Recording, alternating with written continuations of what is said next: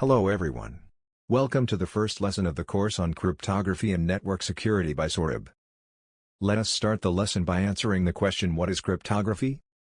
Cryptography is the method of protecting information by transforming it into an unreadable format. Wondering what does that mean? Don't worry. I will explain it to you. John and Raina are two employees working under the Intelligence Department of a state. They exchange information through messages using an internet-based application that is private to the Intelligence Department.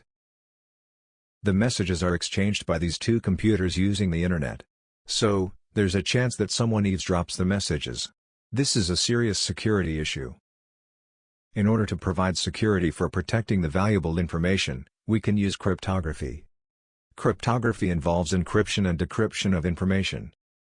Here is what we can say: a flowchart for the process.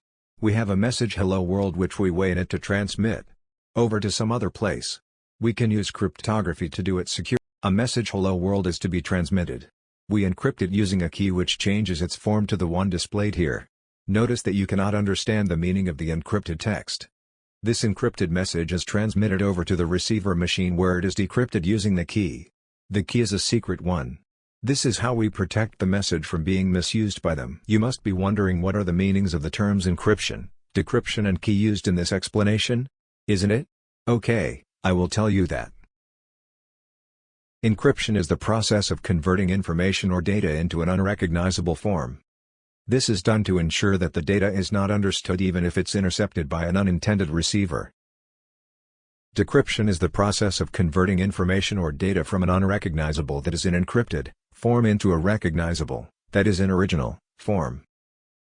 Key is a string of bits used by a cryptographic algorithm for transforming a plain text into a ciphertext or vice versa. Key remains private and secures communication. That's all for this lesson. See you all in the next one with another interesting topic.